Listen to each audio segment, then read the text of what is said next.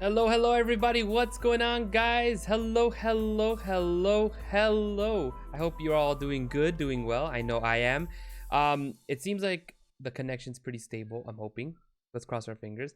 Guys, we are live again with all my lovely friends here. We have CC Gaming, Mike, Chadley, and Baha. How you guys doing today? How's everybody? I hope everybody's doing good. We have a lot to talk about. There's a lot of things going on. We're gonna be talking about PlayStation, Xbox, Nintendo, the new games that have been releasing, and a couple of other things. But first and foremost, I need to ask, how is everybody doing? What's new and exciting? What's been going on in your world and on your streams or your channel? Let's start with Corey. Go ahead and tell us, my friend. Hey guys, so I'm doing pretty good. You know, the usual with everyone right now. I've been staying home and keeping to myself mostly. But you know, I've been streaming a lot of Animal Crossing, and I've been going back and forth between that and Doom 2016 finally, since I had never played that. I know, don't judge me, guys. But that's basically what I've been doing on my channel right now. So yeah, that's been great. Awesome. Mike, what about yourself? Tell us a little bit about yourself. I do primarily a movie podcast right now. That's what Okay. our focus is. As far as my personal channel, I haven't really streamed anything. I need to get a better computer for that. And I'm not on lockdown because I'm an essential worker. So fun for me. Right. Baha, what about you, my friend? How are ya? It's busy. I believe it. It's busy. It's busy, but people are doing a good job staying at home, staying safe. That's good. So so largely in Texas, we're not seeing the same type of impact that's seen in the coasts and seen in Italy and seen in Spain, which is good. But yeah, that's because people are really doing their part. As far as games that I've been playing, though, a little bit of Animal Crossing, although Ballin is the one that's really hit me hard. I've still been stuck on Sea of Thieves. I just got Pirate Legend level 7. They released an update about a week or so ago, the Heart of Fire update. That's a new Tall Tale. If you guys don't know of Sea of Thieves, it's very fun. It's very fun to get into, especially if you've got a lot of free time on your hands. Yeah, for sure. Before I forget, guys, if you have any questions that you want to ask towards COVID or anything like that, please put them in the chat and ping me, and I'm gonna grab it and stick it into the viewer questions. You know, thank goodness that Baha took the time out of his busy schedule to come. He might be able to help you answer some of those questions, if you don't mind, Baha, if that's okay with you. Without avoiding specific medical Yeah, but if it's about the virus, I'm always happy to Yeah. educate people. So let's do it like that. Again, let's keep it specific questions towards the virus itself that he can help and explain. As most of you know, because most of you that are posting are mods, I'm an emergency medicine physician by trade. And yep, now is a busy time. Chadley, what about you, my friend? How are you? Please tell us what's going on in your world. Yeah, so I'm in one of the areas right now, I guess, that just recently got into the stay-at-home order, so we're kind of limited on a lot of what we can do. Fortunately, I can work from home, so I'm not having to worry about how to provide for my family and all that kind of stuff. But I've still been doing stuff with my channel as well to try to just help people forget about all this craziness that's going on right now. So mainly just been streaming the same stuff I've been streaming. Like, I'm almost done with Donkey Kong 64 right now. I think I'm actually done with Super Paper Mario probably very soon as well. So and I'm loving that game. I've never played any of the Paper Mario games, and I understand that one's different than the other Paper Mario games, but yeah, I'm just having a blast with it. And obviously Mario Maker 2, and then on Twitch I'm doing the Ocarina of Time, so I think I'm almost done with that too. So I'm getting like a bunch of stuff all done at the same time. Yeah. So. That's awesome. Yeah, myself, channel's been going good. As you all know, I upload only on YouTube and stream on Twitch on the daily. We've been having fun. I've gotten stupidly addicted to Animal Crossing. Honestly, everybody told me to pick it up. I picked it up because I was like, fine, you Yeah. know what? I'm gonna grab it. And worst mistake I made because I love that game. I love it. It's so great. Best mistake you've ever made. Best mistake I ever made. And then one of these days you realize, as many of us have, that basically it's just doing chores and paying a mortgage. yep. But I've been doing that for a while. For years. But I played Animal Crossing when it originally released on the GameCube. I don't think I got it at launch, but I played it hard on the GameCube. Even including, sailing to the little island that was on the little Game Boy Advance that you could connect to on the GameCube. Yeah. And farming fruit on that, and then I played it on DS for a bit as well. But yeah. No, for sure. I don't know how long I've been playing Animal Crossing. But yeah, so let's go ahead and kick it, guys. There's a lot of things happening, a lot of incredible things, and a lot of things that surprised me. So Xbox and Sony finally showed off all their specs for the Xbox Series X and the PlayStation 5, and now some things have been going on. Actually, a couple of tech channels have gotten a chance to tear down completely the Xbox Series X, showing the internals, showing how they're packing it in, and it's really interesting actually what we're seeing, how big the console actually is once you have it in hand. So that's pretty amazing. Sony explained in high detail all their specs in their console. Some people found it boring, some people found it very informative. Now what we're seeing now is lots of debate of Xbox a beast, PlayStation sucks, vice versa. PlayStation actually is really good, Xbox sucked, and we're seeing a lot more of that than we ever did when they first announced it. And now they're saying that Xbox and Sony are still on, even though we're all in quarantine and whatnot, they're still on track to be able to release them for the holidays. So let's go ahead and start with, what do you guys think of all this specness, and what do you think Sony was planning when they came out with a little bit lower specs than the Xbox? And do you think it really matters when it comes down to specs at this day and time, how we are with computers and whatnot? So let's start with Corey. So there's a whole bunch to unpack about this stuff, right? But like, when you get down to the nitty gritty, or not even the nitty, let's not be the nitty gritty. But when you get down to it, and you're talking about one console versus the other, the differences in them really aren't that big. You're talking, what was it, like a half a teraflop difference or something like that, or like 1.5 teraflop difference or whatever. So they're both over 10 teraflops. Yeah. Okay. Big deal that one's 11.5 and the other's 12 or whatever it is. Like, who cares? At this day and age, the developers are going to optimize the games. Well, usually they do.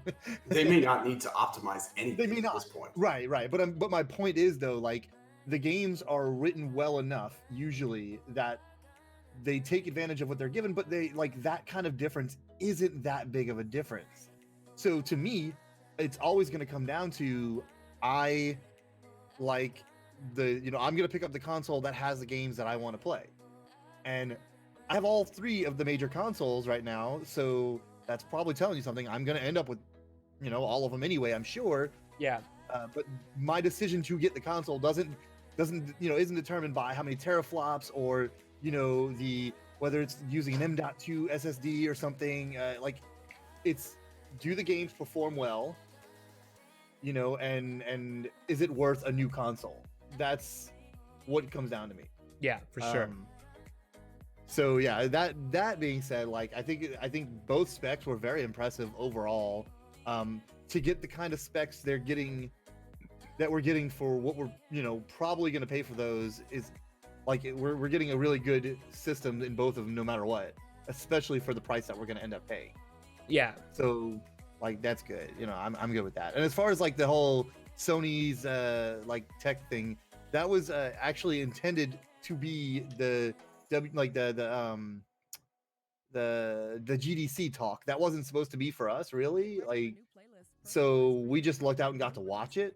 Yeah. So as far as it being boring, that's probably why, because it wasn't really aimed at us specifically. They hyped it up a bit, but that wasn't really aimed at us specifically.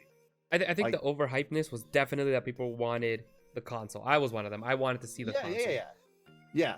So, but I thought it was pretty interesting. I watched a good portion of it, and I'm a tech guy, so I'm really intrigued. I was really intrigued by all the stuff that we got, you know, all the what they talked about with it and all. But it was pretty boring as far as like it wasn't about the games. It wasn't like, oh, here's a preview of how the console is gonna look or some of the hardware in it. Here's just this is a like super high level, like we are telling you it's going to be, you know, this on a very technical level. Yeah, it's going to look like this. This is what you can develop your games towards. Right, Yeah. and Make because it was Make your aimed dev at machines developers. look like this. Yeah, it was aimed for the developers. We just got lucky and got to see it. Is really all it is. Yeah. Mike, So- what are your so yeah, thoughts on that's all I this? have to say about it. Honestly, I didn't watch the PlayStation, whatever you want to call it, reveal. Yeah. Just because I had heard that it was, you know, basically, you know, all the inner workings of it. I don't know what all that stuff really means, to be honest. So I didn't really watch it specifically, but I mean, I'm going to end up, I'm just like Corey. I have all systems at all times, basically. So, Yeah, you know, for sure. I don't really have a, you know, You don't have a a problem as qualm long as with it either one. works. yeah, pretty much. For sure. Baha, what are your thoughts on this? So, I like Mike, didn't watch the release by itself, and really, you know, when we come down to talking about 10 teraflops versus 11 It's teraflops, raining which, tacos. Corey, you From might out be of able the to tell me better what a teraflop is. Tacos. No need to ask why. Yeah, and- What's a teraflop is, but it's basically, as far as I know, it's like a processing power calculations. We're talking about, you know, percentages of differences here, and the difference between 10 trillion and 11 trillion, when you're coming down to it, there's not a significant difference there. And so it really, as Corey mentioned, is going to come down to the games that are on there. I, for one, I don't own every system. I don't own the only current gen system, PC exclusive. Yeah. The only current gen system I own is a Nintendo Switch. And, you know, ever since the PS5 was launched and found to be, you know, backwards compatible with PS4, I'm holding out on buying a PS4 until I get a PS5. Which means, yes, I'm holding out on getting the Final Fantasy VII remake, which is, you know, it's going to irk me, and I'm going to be avoiding a lot of streams because I can't freaking wait. Well, I guess we'll get to that, you know, in a minute. But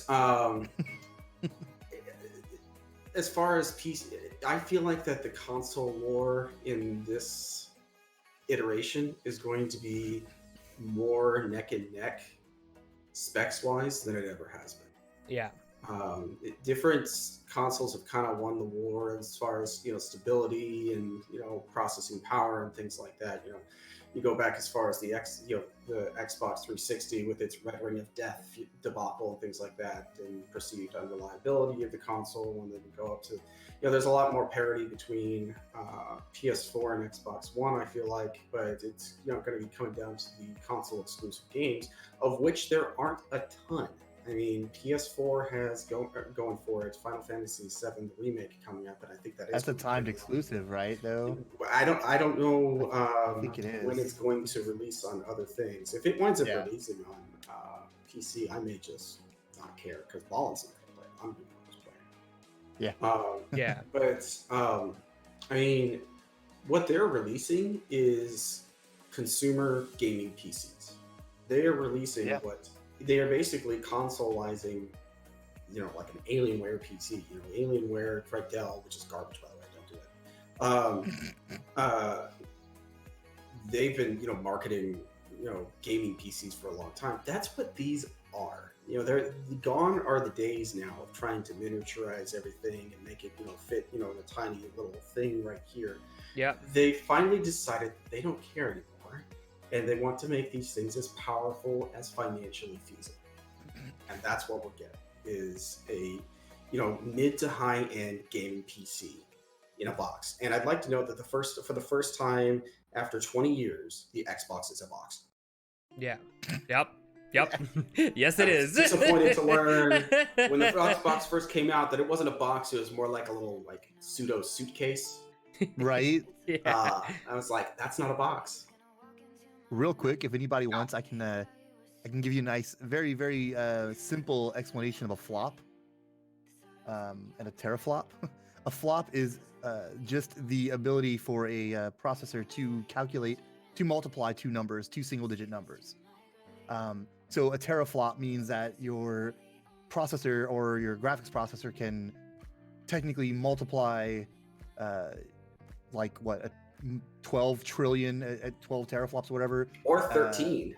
or 13 single digit numbers together, two single digit numbers. That's how many times it can do that per second, per cycle. Well, per cycle, actually, I believe it is actually. So it just so anybody, if anybody was curious, that's really all it means. It's a measure of processing power. It's a measure of processing power. Yep. Yeah. I can see your brains from here. I can see your brains. Hey, Chadley. What about you, buddy? What are your thoughts? Yeah, I mean, you guys pretty much hit everything I was going to mention about it. I mean, I did watch like the tail end of it, which was probably the most boring part of it because of the monotone voice of the announcer and everything. But and the fact that he was just talking about all stuff of how the sound is going to work and everything like that. And I'm not a sound guy, so I just didn't understand anything of what he was saying, other than the pretty pictures that he showed of how the sound was going to be bouncing off of things and all this kind of stuff. But again, it was like you guys already said, it wasn't meant for the general consumer to watch. They're going to come out of it like, what did I just watch? You know, it's just because they were all about wanting to see this huge unveiling of the console, what it looks like, and giving us a bunch of list of games that would be coming out at launch and all this kind of stuff. And we obviously didn't get that. So that's why everybody was so upset, because they had different expectations on what they thought a PS5 reveal was going to be, because that's what they toted it as a reveal. Yeah, I did a lot too. Yeah. And it wasn't really a reveal. It was just them just talking about the inner workings and the hardware and how the developers can take advantage of this new hardware technology and all this stuff. So, but again, like Corey said, the systems are like pretty much one-to-one. Like they're using the exact same processor. I think they're even using very similar versions of the same graphics processor. So it's like they're almost identical systems, but they made their own little personal tweaks to the systems so that they're not exactly the same, you know. So but again, in the end of the day, I think it's going to just end up coming down to what exclusives each of the systems get and how good the games are as far as like playability, because we already have seen all of the beautiful graphics from the current gen that's out. And for me, like, I don't have 4K, I don't have all of this stuff, so it's like I'd be playing the games in 1080 anyway. So like, to me, the 4K, all this like HD sound, all this stuff, like I don't have it, so I can't benefit from it. So all I can benefit from is a good game, like a good story or a good action, like just a good game in general. That's all I can get out of it, really. The graphics will still look good at 1080, but obviously just not as good as what somebody with a 4K TV would have. And even then, I might not even be able to tell the difference. So the only companies that's out of the gate are going to be able to utilize the 4K and the 3D audio, straight off the bat anyway, are companies that I don't buy from on principle, like EA. I don't buy their games. No, I don't buy them easy. It's true though. So those are the companies that are going to be able to take advantage of it at the outset. And then there's, Sony itself. I'm sure they're going to be able to release something. I don't know if they're going to upscale anything at all for the PS5 release of Final Fantasy. And beyond that, I don't know if we know a whole lot. And then what I was hoping that they would release is some sort of what the final form factor was going to be. This isn't even my final form factor. Exactly. It's like, you guys have reached my final form, and we haven't reached its final form. We don't know quite what the controller is going to look like yet officially, although it's probably going to look like every other pad because it's worked. We still don't kind of know what it looks like. There's just a bunch of speculation, so that was a little disappointing. But I'll wait. I'm going to wait anyway. Absolutely. For sure. One of the things that we have to remember, well, for those who aren't techies or anything like that, is because the biggest thing, again, we come down to the flops. Everybody's like, Xbox has 13, PlayStation has 10. You have to understand that what they've done is when you overclock something like Sony has, they're trying to get that comparable. So Xbox didn't overclock it, Sony did. Xbox didn't overclock their CPU, Sony did. But each one will be basically equal. And that's what they were going for, equal. The only difference is that what we believe, what rumor is Sony did it to keep costs low, and Xbox is doing it that way because they are releasing a second Xbox for those who don't want the best of the best. So they have their Xbox Lockhart, and then they have their Xbox Series X. So that's the one thing we have to remember, right? There's two Xboxes coming out. Sony has one system coming out. They need to focus on prices because people don't want to pay that much. People are saying, Xbox is going to cost $499, $599 US, and then people are hoping the Xbox will be the. That's like 6,000 in Canada, right? Yeah, man, it's expensive.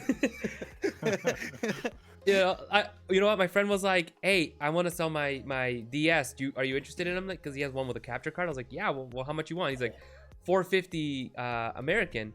So I go to convert, and I was like, "Yo, that's like $690. I can't pay that." I'm like, I can't pay that. But yeah, so it is very expensive in Canada's price. But yeah, it has to do a lot of overclocking. And one thing you have to remember is they're dealing directly only with AMD. So their price is going to cost maybe $30, $40 versus $600, $700 that you can go out and buy a video card from different manufacturers. Yeah, they're getting they're getting like mass. Yeah. Not literally is going to cost 40, but you know what I mean. Sure. A fraction of what it would cost for a consumer. Exactly.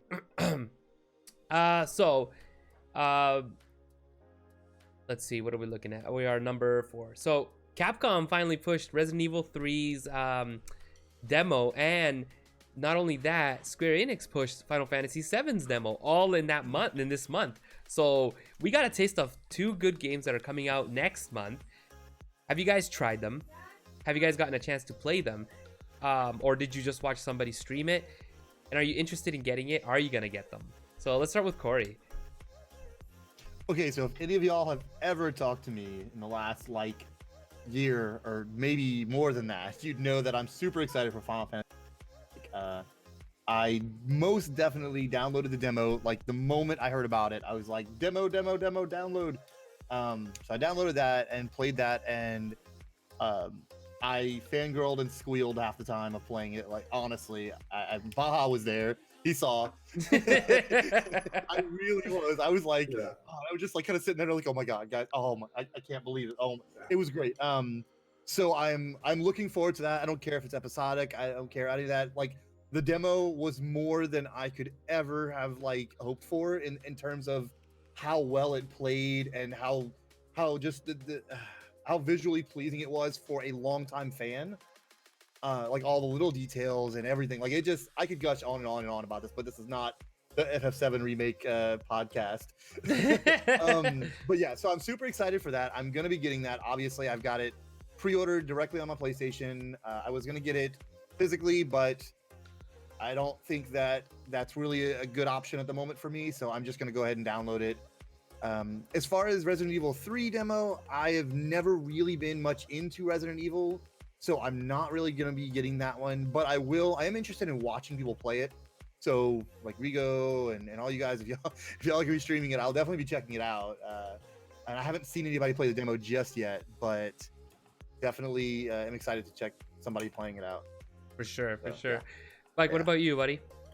Hey, I don't really do much of the Resident Evil, but so I really haven't seen much on that. Final Fantasy VII, believe it or not, I've actually only played maybe an hour of it, because I didn't have it as a kid. So Yeah. I did play 9 as a kid, so that's kind of where that started for me. But I am excited to play this in its entirety when it comes out. And I haven't really watched anybody play it because, I mean, I couldn't get the demo. It was only on PS4, right? Yeah. Yeah. Yeah, I got rid of my PS4 if nobody knew that. But yeah, hard times. But so yeah, I've been keeping away from it for the release. So yeah, just haven't been watching it, but I am excited. For sure, for sure. Baha, what are your thoughts on it? I've been salivating over this game since 2016. When it came out that it was going to be just episodic, though, I was sorely disappointed. I feel that episoding all of these games and things like I don't own StarCraft 2 just because they did the episodic release. Yeah. I never bought one.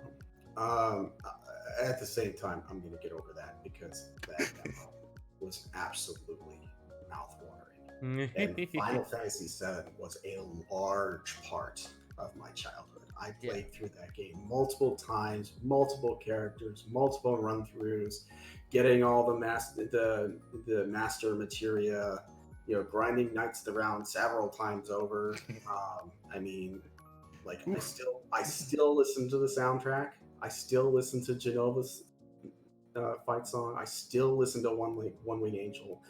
The music on the demo was absolutely on point. The remasters that they do on the music is just amazing. Barrett has a potty mouth. yeah, he does. So I'm gonna have to make a decision here as far as whether or not, because Mini Baja's gonna want to play this. Mini Baja's gonna be 9 when it releases. And I think he's just gonna have to. He already knows the words. He just needs to know not to use them, because this is basically what I'm going to be playing the entire time, like until. And now, if they give me a full game's worth of content in the episode, and I think they probably will. That's what they're claiming too. Before I was like, right, whatever. But if everything is as fleshed out as the demo was, then they totally could. They could expand on everything. And I won't spoil it for people that don't want it to be spoiled, but there are some twists on the original story, just in the demo. And we don't have to talk about the spoilers, but there are some twists on the story. It's going to be a different type of story. If you guys have ever watched like Full Metal Alchemist and then Full Metal Alchemist Brotherhood, I'm kind of treating it like that. Yeah. The original Full Metal Alchemist, they got about halfway and then it caught up with the anime and then went a completely different direction. Got weird. Especially the last few episodes, weird. And then the Full Metal Alchemist Brotherhood, which you should watch, by the way. It's an amazing story. Went in a completely different direction. It's like the real story. And I feel like that's what they're going to be telling here with this Final Fantasy VII remake. So it'll be really interesting to see. But I'm told that this first thing isn't even going to be just the first disc. It's going to be getting out of Midgard.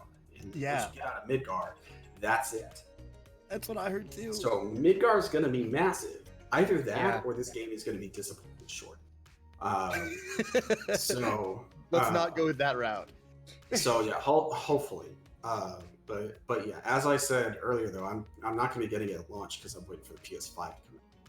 So I'll be able to watch from a distance and be disappointed and get it on special, and then it really goes on sale at some point. No, for sure, I agree. Chadley, what about you, buddy? So I haven't seen any of the demos. I haven't seen anybody play through the demos yet. As far as Resident Evil 3, I've been kind of I played Resident Evil 1, and I never really played any of the Resident Evils growing up or anything like that. But I did have the first one on GameCube that I played through recently. And if I play any of them anymore, it's probably going to be like number 2. I'll probably do the number 2 remake first before number 3. I want to play them in order. I don't want to jump out of order or whatever. Even if that matters, I don't even know the storyline. I've actually never played a Resident Evil, just ever. Yeah, I don't know if the storyline really matters, or I know the characters are intertwined with the different stories. It's the same characters and stuff. I think Corey was the one who described this to me, saying, or maybe it was Rigo, I don't know. Somebody explained to me there's 5 main characters that throughout all the games. Mm-hmm. I forget who told me, but anyway, I thought it was Corey, but it's not. That sounds about right, though. Yeah, like there's like 4 or 5 different. Maybe it was your brother, Rigo. 'Cause Maybe, your brother yeah. he was playing Resident Evil not too long ago. But yeah, like, so maybe I'll play it at some point because Resident Evil is coming to the PC, right? It's not just Yeah, it's coming to the PC. Yeah. PlayStation. Yeah. But then in Final Fantasy VII, like I was a big fan of Final Fantasy growing up and everything. Final Fantasy VII, I never actually completed it, but I did play a lot of it on the original PlayStation whenever I get a chance to go hang out with a friend or whatever. And then I think my one friend had it on PC and ended up giving me the discs for the PC version. So I played that one a little bit here and there as well. But yeah, the remake looks ridiculous. I mean, graphically. So if it's gonna be since it's a PlayStation exclusive, I can't really play it right now because I don't have a PlayStation, but that could run it. But yeah, I'll probably watch a little bit here and there just so I don't get spoiled in case I ever do have the opportunity to play it. Yeah. But I'll probably still check it out and just see how everybody else is enjoying it and stuff. So I would say if you don't have to play the original, but if you have enjoyed JRPGs in the past, like Final Fantasy VI and things like that, I admit that Final Fantasy VII, especially the graphics, the CGI sequences are still pretty neat. The rest of the game did not age well. Everybody looks like they have tin cans on their arms. So bear with that. I still have the PC version that my friend gave me. I just don't know if I have all the discs for it because it was like a lot of discs on the PC version. It's on Steam. It's on Steam now too. My coworker got it for me on the original PlayStation, so I have a working copy on the original PlayStation. So if you see things and you're like, "Hey, this looks like a fun game," I would recommend playing the original. Yeah. If you have plenty of time to spare. If you've got time, because a good solid run through, like a blind run on that game, is 50 or 60 hours if you're picking up everything. And the other thing too is you're going to need probably some sort of guide to get the secret characters and stuff that you can unlock because that's not intuitive. And then finding the best summon takes a lot of work. But yeah, for sure. I played both. I played the demo for both, and Final Fantasy VII did not at all it surprised me so hard, and I was happy that it did not lower my expectations. What they showed at E3 was the first time ever that I see a game come out the same way. It looks gorgeous. It's a beautiful game. I do know that somebody, I think it was from Square, they just wanted to quickly show the back of the case. So somebody leaked out before the back of the case and showed 100 gigs. Remember how people were freaking out about that? And then they re-showed it. They were showing the case and were like, here's what it looks like in front, which is just your basic case. It looks good. And then they showed the back. And people got really freaked out because they saw that it said 100 gigs and then it's a 2-disc game. So they're like, so it's a 2-disc game, the first part of it. And then the second part is another 2-disc. Like, that's a big game. Yeah, that has me hopeful actually. That has me very excited because I was like, I want the game to last forever. That's exactly. I'm like, never end. And I was I was scared because I was like, it's all cinematic, and I was like, this demo is just the beginning, and it was a lot of cinematic. But I was really hopeful because unlike Kingdom Hearts, where it was just cinematics, and I got bored of the story, I wanted more story from Final Fantasy VII. Because I know that, I grew up with it, so we know the story, but they're telling it so much better, more in depth, that I wanted to hear more. I was like very excited. So if you have a PS4 and you haven't checked it out, definitely pick it up. If you just want to see a review, I did a review on the demo, so it's there for you all to check out as well. Nice. Resident Evil 3 now. I'm a big fan of Resident Evil. Everybody knows I'm a huge fan of Resident Evil, and no way. They released 2, and I played it to the end, and there's no more I can do to number 2 other than getting S ranking. So I got the demo, and it went amazing. Like, they brought Nemesis out, and they did a great job in creating him. He's scary. I actually screamed when I first saw him because he scared me. He looks really good, and he's fast, and he's does like in the first one you can outrun him, and you can just walk into a door and you're good. But in this one, if you're outrunning him, he just jumps. You don't know where he goes, and then all of a sudden he lands beside you. He lands in front of you. He lands on the other side of something that you're gonna go into. There is safe rooms, and it turns out like the safe room is the save room, and he does kind of just wander about inside that room waiting for you. And the moment he hears the door open, he's already walking towards you. So they really amped up his AI. So he's scary. He's scary. The graphics are nice compared obviously to PS1 graphics, and they're going into more depth with the story. So I'm very excited about that. Shoot. Is anybody else getting buffering? I see buffer. A little Yeah. bit. A little bit. But I'm very excited. Well, Like overall, I'm very excited for the game. I think Capcom has brought something to us, and Square Enix has brought something to us that hopefully they don't fail. And so far, from what we've tasted from both, we're getting some epic games. We're getting some very epic games, you know.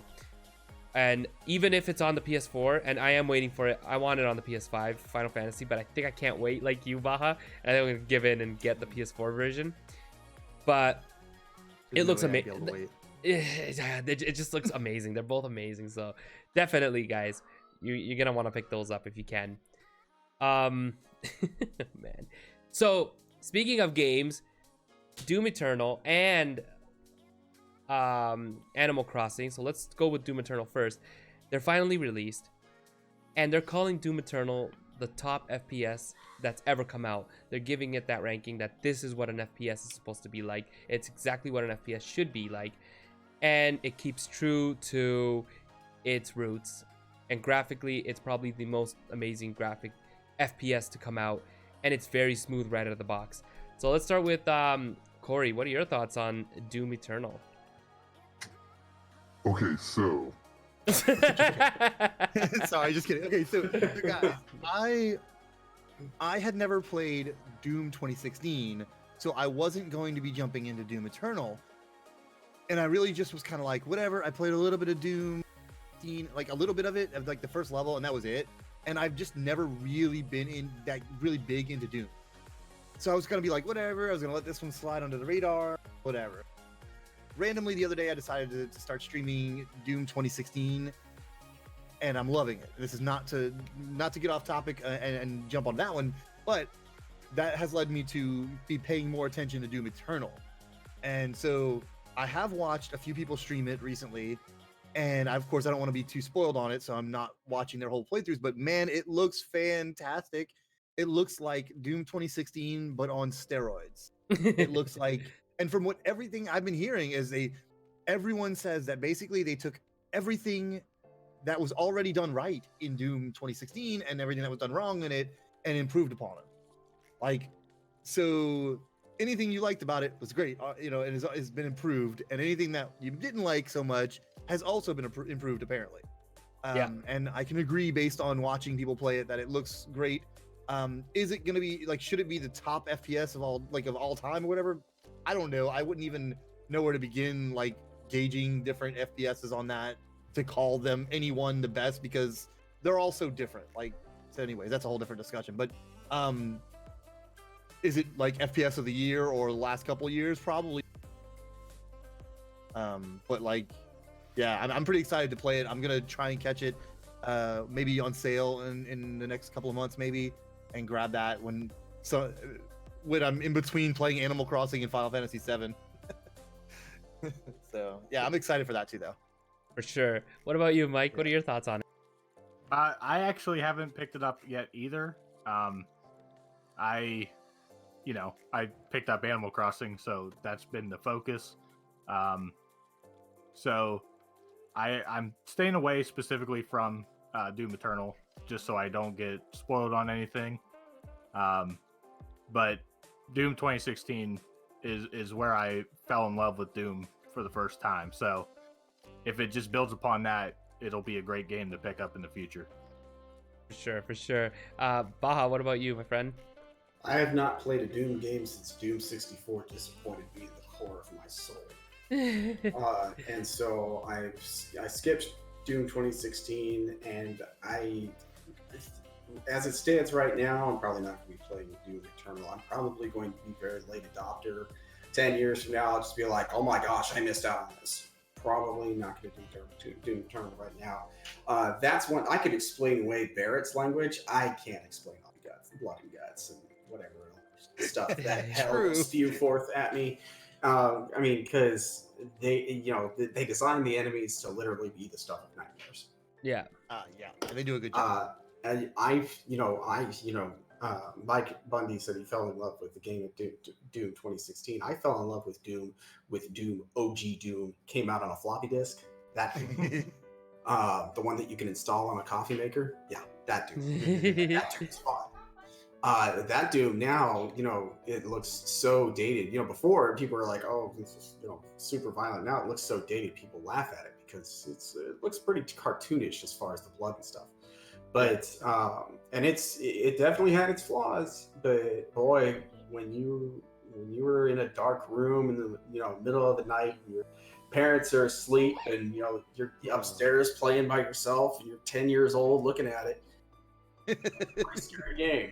And so I definitely Doom and me go way back, but Doom 64 came out and it was a heaping pile of garbage. Fortunately, I just rented it. I didn't buy it.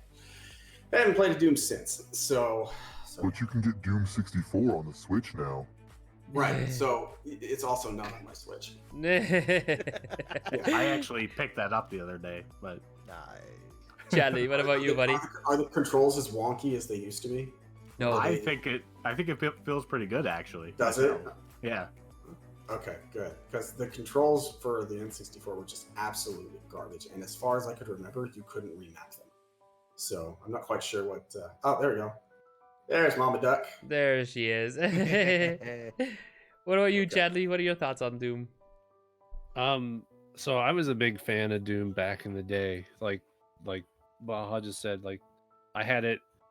I don't know if I had the floppy version, but I had.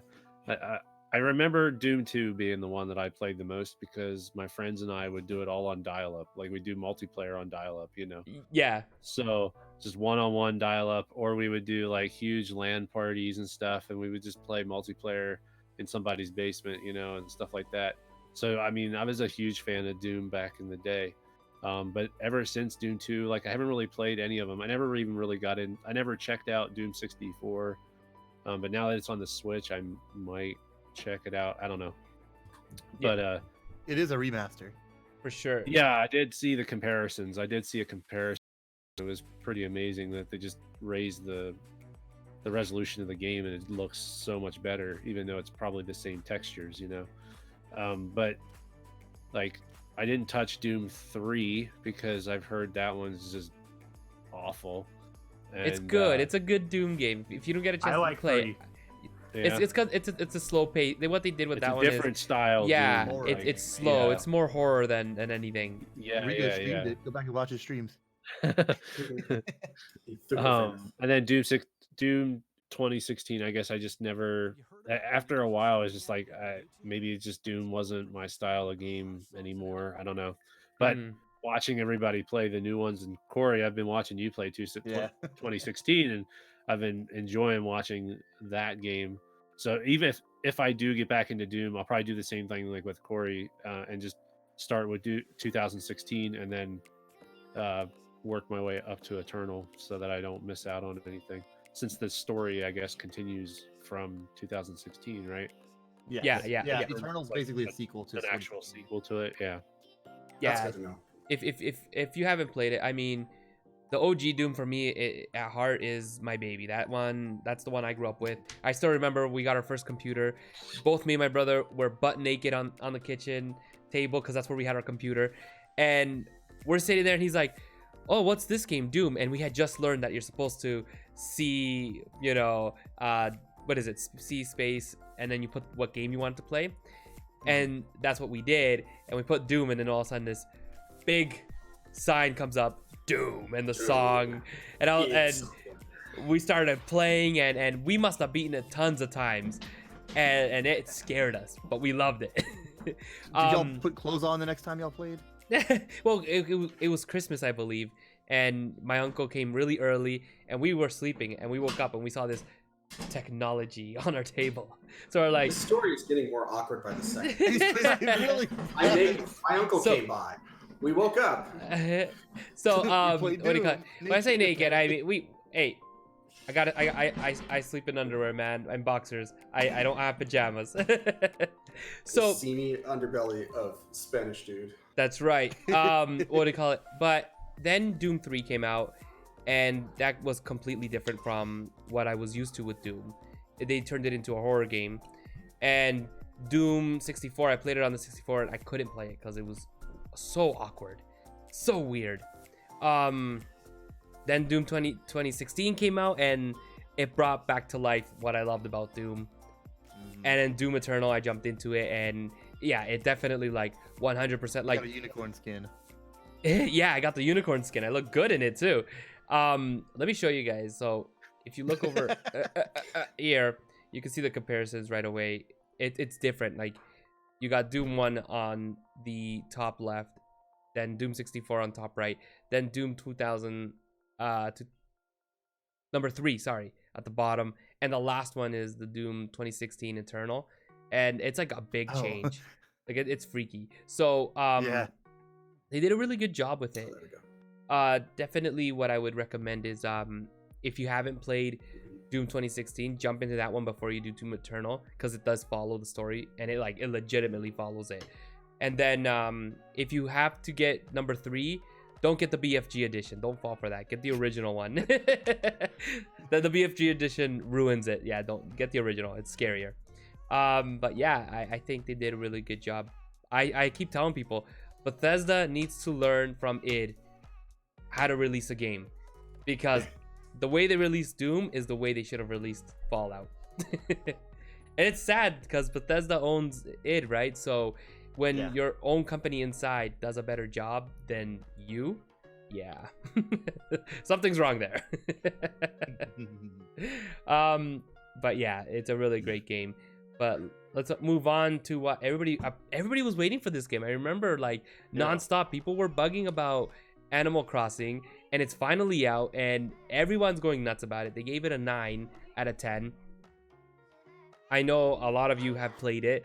I know some of you, Chadley, you haven't played it, right? You don't have it? No, Chadley hasn't played it. I was weary about it. I was like, Animal Crossing, like I couldn't get into the first one. I never played it, but I watched people play it, and I was like, I don't understand the concept of this. What's fun about this?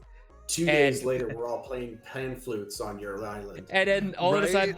sudden, who was it who told, like, Stephie was telling me you gotta get the game, but I was like, look, I can't right now afford it. Luckily, my job was given back to me because they need to make money, so there we go. There you go. So Congratulations. no, I was really happy about that. So I was able to pick it up now. So I grabbed it, and I was like, yeah, why did I grab this? This thing is so addictive. So Animal Crossing has already been released, long awaited. Everybody's been waiting for it. Has it met your expectations? Do you think it's exactly what you wanted and more, or was it nothing what you expected? So let's go ahead and start with Corey. And how addicted are you? Okay, so I've played it every single day since it came out, which is a rarity for me. Yeah.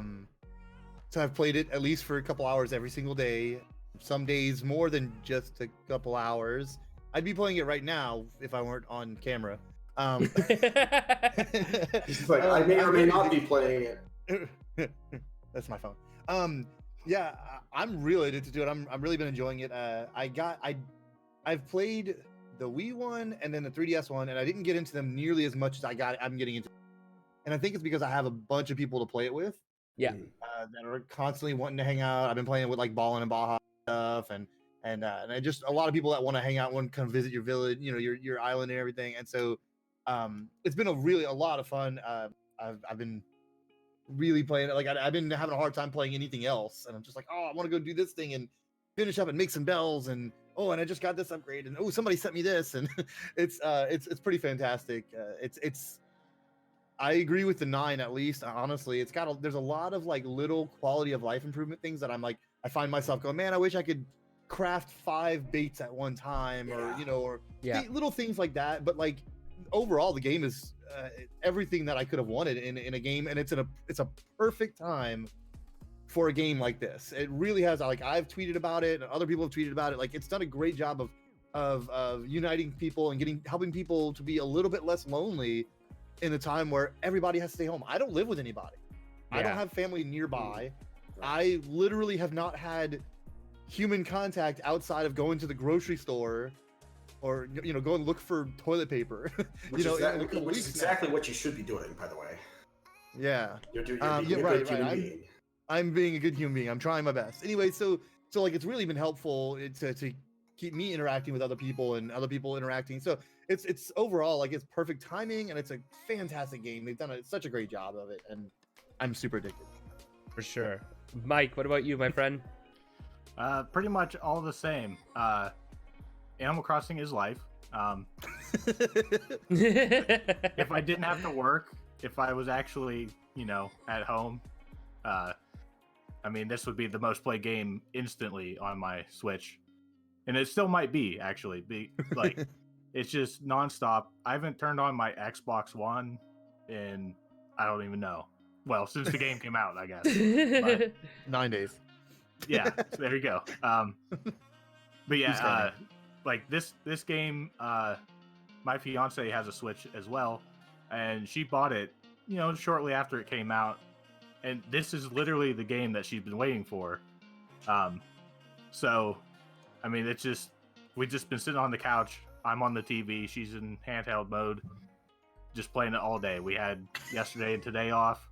I've done nothing else. That's why it was so hard to get a hold of you. Yeah, right. Makes sense. There it is. Baha, what about you, man?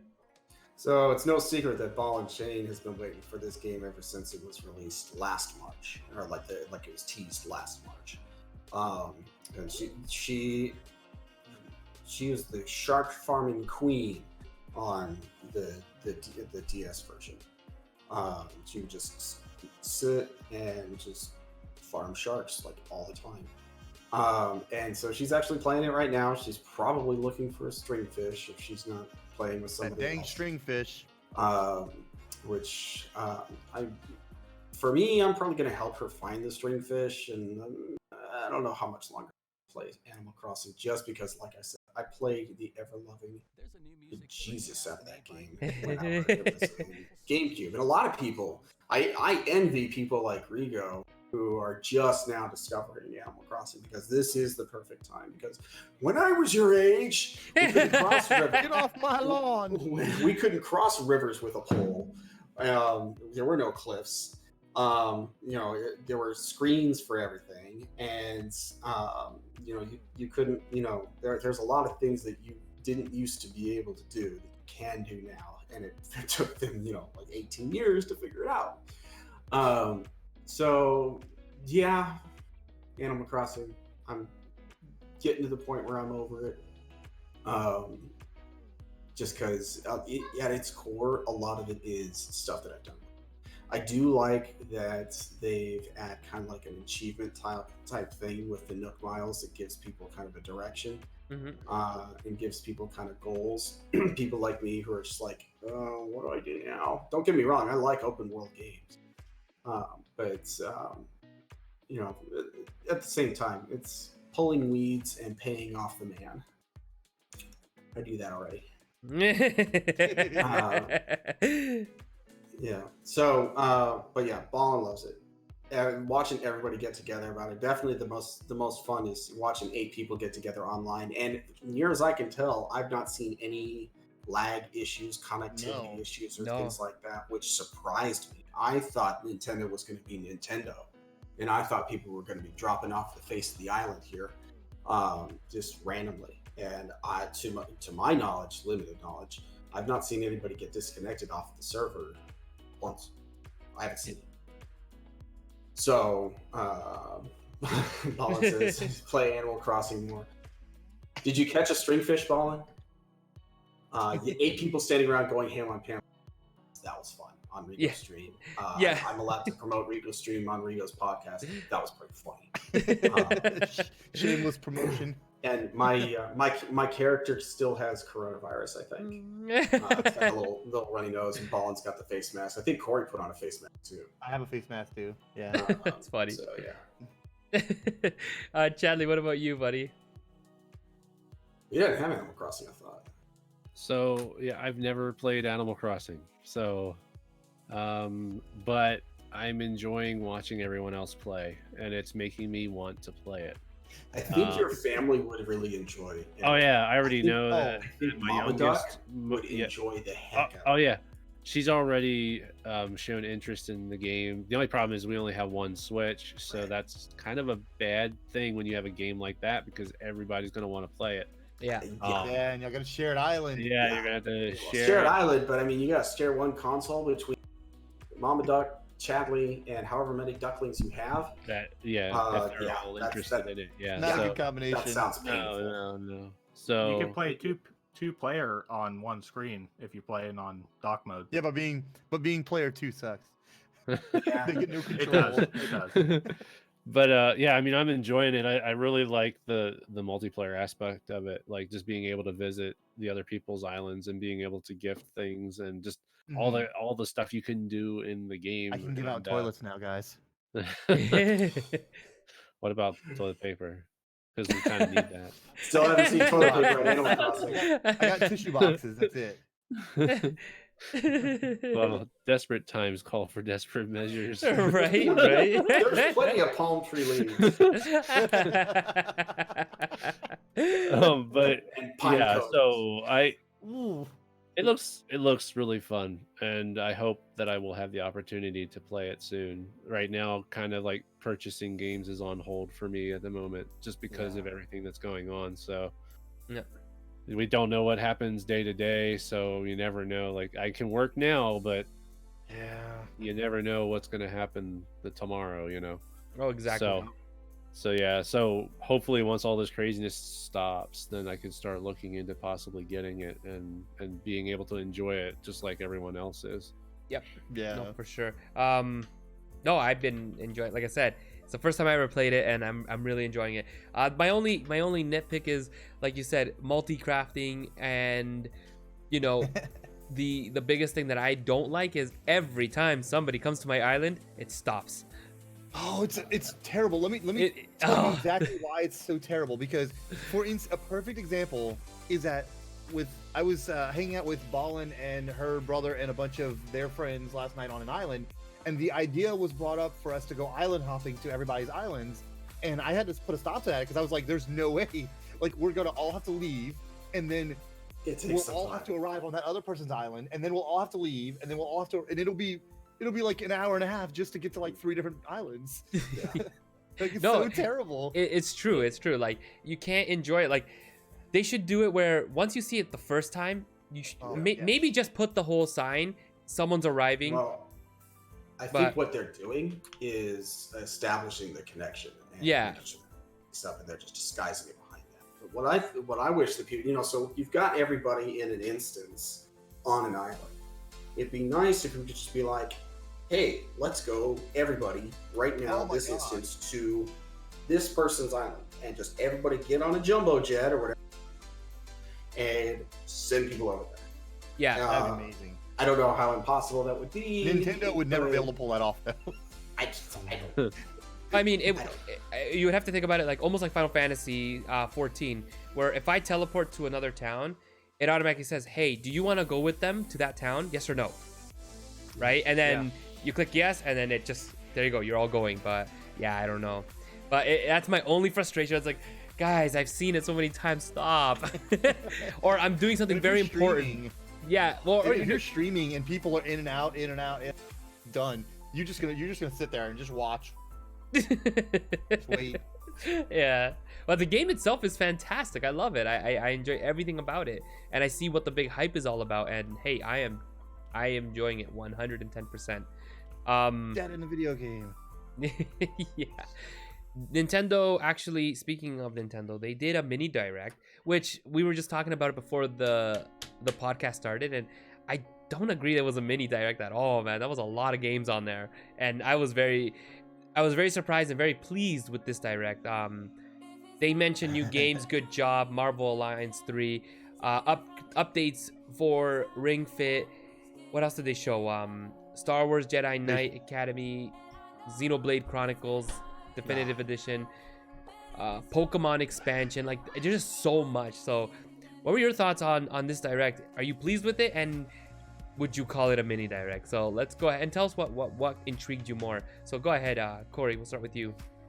So first of all, calling that a mini direct, I think the only reason they did that was because there wasn't a large chunk of information about any big major game, right? Mhm. Like, they talked about Pokemon, which is a big game. They talked about Animal Crossing, which is a big game, but there wasn't a focus on like one big game, for more than any like other game really. So like, I wouldn't call it a mini direct though, because it was like almost 30 minutes long, and like they talked about so many games. Xenoblade Chronicles, we already knew was coming, but they gave us a look at it, and they gave us, information on it. Then Borderlands, the whole collection of 1, 2, and the pre-sequel, basically the Handsome Collection, but they're calling it something different, I think. That's coming to the Switch. BioShock 1 and 2 and Infinite. It was honestly kind of an overload of games that they talked about and that they announced that many people had no idea were coming to the Switch. So it was amazing. I was super excited for just about everything. Even like, I'm not gonna go buy Borderlands on the Switch. It's 1 and 2 in the pre-sequel. I already have 3 on PS4. Buying an older version just for the third time just to say I have it on Switch just doesn't appeal to me. Yeah. But for people who haven't bought that, like, that's fantastic. I mean, that's amazing to finally get a game like Borderlands or BioShock and stuff like that on the Switch, which we knew could handle those games.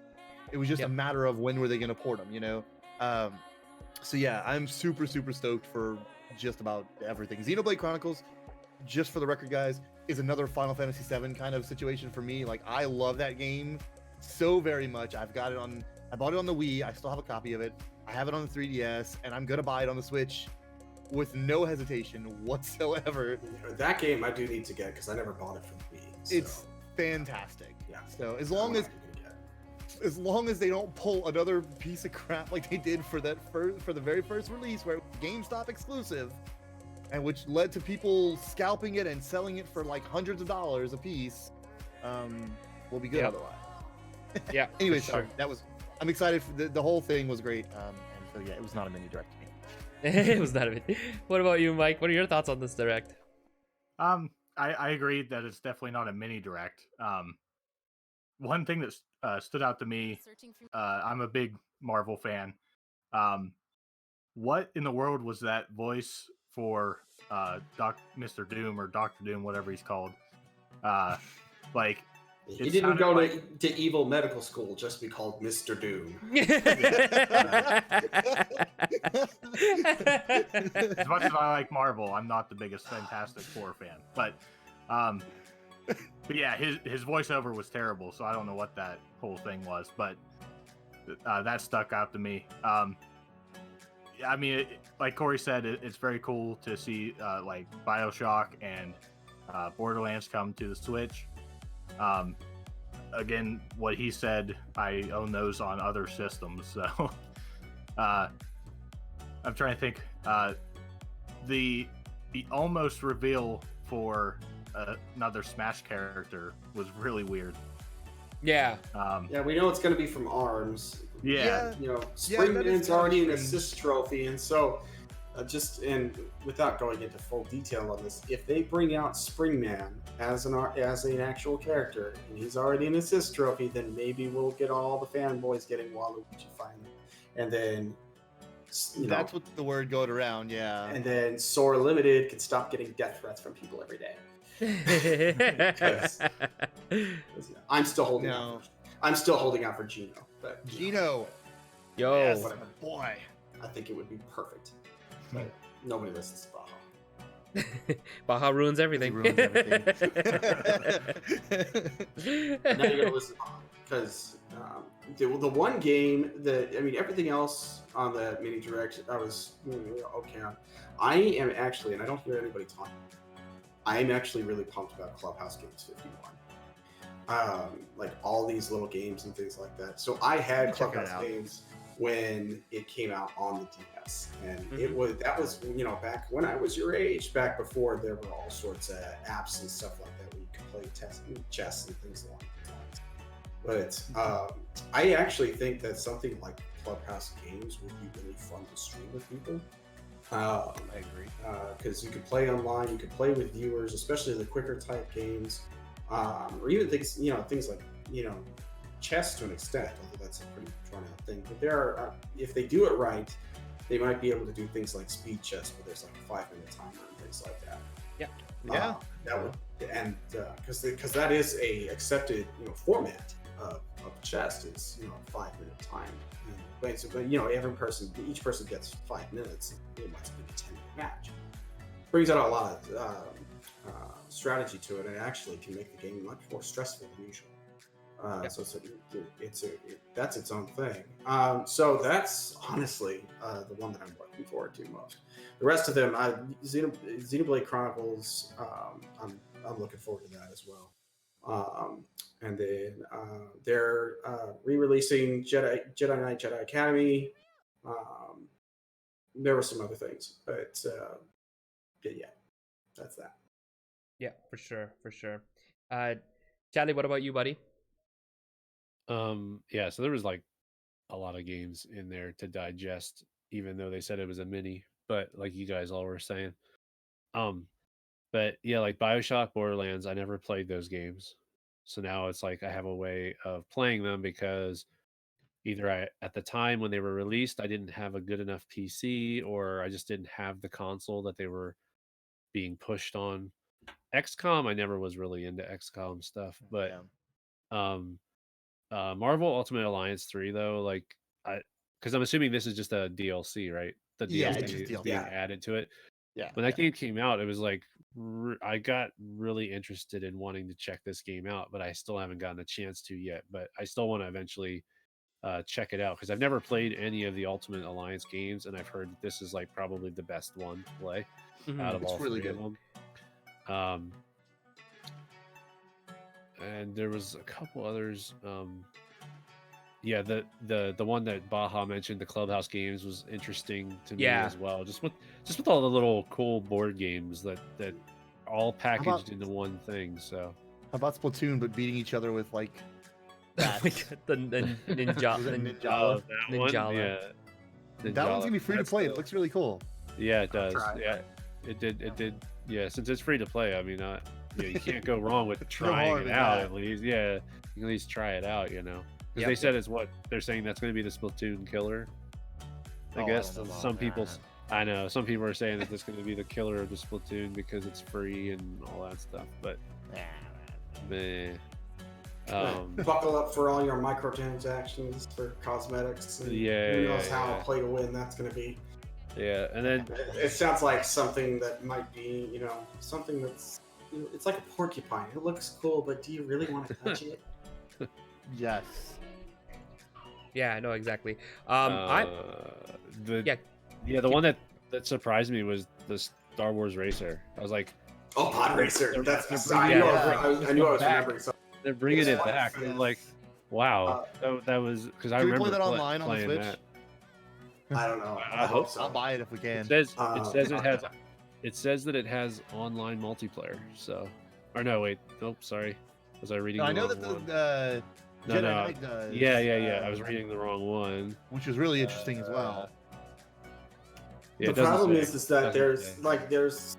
every other racer in that game, and then there's Sebulba, and I don't know if they're gonna either disallow Sebulba's flame jets or what on online. If they do, then maybe Sebulba will be a little bit more reasonable. But Sebulba is broken. I remember unlocking Sebulba and just wasting everybody, having a great time. Just I'm not even gonna finish the race until everybody's dead. No, you know what? Like, I was really surprised that, like, again, we go down to that Clubhouse games. I'm very excited for that, honestly, because like you said, you can play online. It looks something fun. It's something different than, I don't know. It's just an open variety of so many games that we can just all enjoy as a group. And the price isn't too bad, so it won't hurt my pocket. Ryan Source is saying it looks like the pod race is online for up to 16 people. If true, that would make it more than Mario Kart 8. Yeah. See, I'm seeing another source that says that doesn't mention online at all. So It mentions see. playing multiplayer Yeah. and split screen. So we'll have to keep an eye on that. Unfortunately, we don't know when it's going to be released. All I've got here is coming soon. From what I'm looking at, like it's saying up to 16 players. Well, I know they said that for Jedi Knight. Jedi Knight has, Jedi Knight's for sure, but Players. it could That be. one I definitely saw them having that. Yeah. That one I saw, we'll that one I see. saw for sure. We'll see. We'll see what happens. Whoever tells the truth, Yeah. we'll see. Hopefully it's true. That'd be cool. The There's other gonna thing be too with the online, because I was kind of jogging my own personal memory banks on Pod Racer, and there's a pretty fun grind to it. Because you're upgrading the racer and things like that. Mm-hmm. If they're gonna do online, they better. Hopefully everything's equalized. Because otherwise it's gonna be Or do like skill-based matchmaking or something to even possibly. it out. Possibly, Yeah. but even then, I would prefer everything just be equal, and then you can do skill-based matchmaking on top of it. But I would just have everything just either maxed out or at a happy medium, and like you can pick, certain parts for your online racer, and then have your racer all be different or whatever. Because if you get people who are just jumping in and just starting online, going against the Sabolas of the universe, Which is gonna be everyone. which is going to be me, then it will discourage a player base, and you don't want to do that for an online racer that's boasting 16 player matches.